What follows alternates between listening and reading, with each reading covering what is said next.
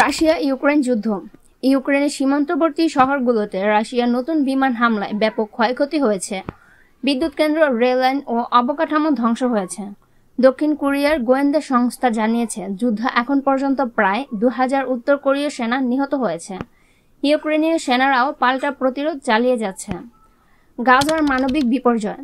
গাজায় ইসরায়েলি সেনাদের টানা হামলায় আজ ভোর থেকে অন্তত 100 ফিলিস্তিনি নিহত হয়েছেন। এর মধ্যে খাদ্য সংগ্রহ করতে আসা সাধারণ মানুষও ছিল। ক্ষুধা ও হামলার দ্বৈত আঘাতে মানবিক বিপর্যয় ভয়াবহ আকার নিয়েছে। শুধু ক্ষুধাই মারা গেছে অন্তত 13 জন। চীনের সামরিক শক্তি প্রদর্শন। বেইজিংয়ে দ্বিতীয় বিশ্বযুদ্ধ সমাপ্তির 80তম বার্ষিকীতে বিশাল সামরিক কুচকাওয়াজ অনুষ্ঠিত হয়েছে। প্রদর্শন করা হয় হাইপারসনিক ক্ষেপণাস্ত্র, ভবিষ্যৎ ড্রোন ও উন্নত ব্যালিস্টিক মিসাইল।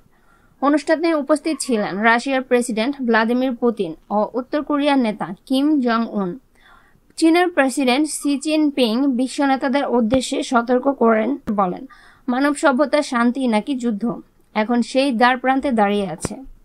ইসরায়েলি বিমান হামলায় ইয়েমেনের হুতি সরকারের প্রধানমন্ত্রী আহমেদ আল রাহাউই সহ অন্তত 11 জন মন্ত্রী নিহত হয়েছেন।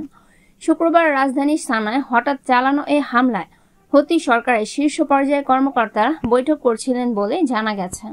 হামলার পর হুতি কর্তৃপক্ষ নিশ্চিত করেছে যে নিহতদের মধ্যে বিচার, অর্থনীতি, কৃষি, যুব ও ক্রীড়া, তথ্য ও পররাষ্ট্র মন্ত্রণালয়ের একাধিক মন্ত্রী ছিলেন। এ ঘটনায় হুতিরা ইসরায়েলের বিরুদ্ধে কঠোর প্রতিশোধ নেওয়ার ঘোষণা দিয়েছেন। ঘটনার পরপরই হুতি যোদ্ধারা সানায় জাতিসংঘের বিভিন্ন সংস্থার কার্যালয়ে অভিযান চালিয়ে অন্তত 11 জন আন্তর্জাতিক কর্মীকে আটক করেছেন। এতে আন্তর্জাতিক মহলে গভীর উদ্বেগ সৃষ্টি হয়েছে।